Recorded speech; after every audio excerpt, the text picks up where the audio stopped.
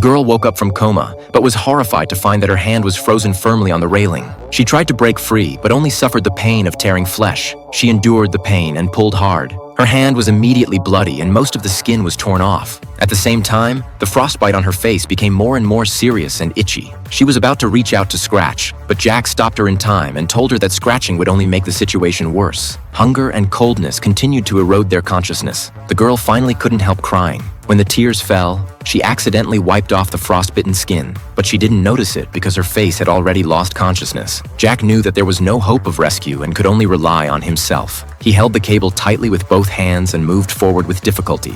Although the ice skates were warm, they were also extremely heavy. Every movement exhausted his physical strength. At this moment, several gray shadows flashed below. The wolves were staring at Jack, waiting for him to fall and become their delicious meal. Jack tried his best and finally climbed to the second cable car. His hands were bloody, but he still asked the girl to throw him the ski pole so that he could have something to protect himself when he went down. The girl moved her body to get the ski pole. The cable car shook violently due to the loose screws. She finally got the ski pole and threw it down with all her strength. Jack set off from the second cable car. The wolves below were staring at him at this moment. He completely ignored the injury on his hand and accelerated forward. Finally, he climbed up the pillar and went down the steel ladder to the ground. However, as soon as he grabbed the ski pole, he was pounced on by a hungry wolf. Jack stabbed the wolf with his ski pole and scared it away. He quickly sat on the skis and rushed down the mountain. The girl watched the two wolves chase her, but she could do nothing. She could only pray that Jack could get down the mountain safely and bring people to rescue her. Another night fell. There was no blizzard this night,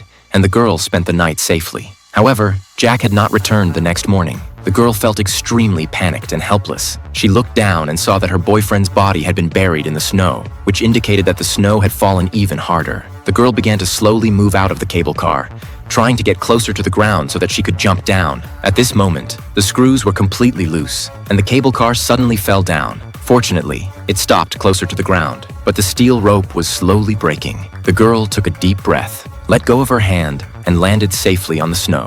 However, the cable car also fell and injured her leg. The girl crawled forward with difficulty with both hands and finally came to the halfway point of the mountain after rolling and sliding. She saw a pool of blood and a broken body on the ground. It turned out that Jack had already died tragically in the mouth of the wolf. The girl looked around in horror and saw a wolf staring at her with blood on its mouth. At this moment, she fell into despair again.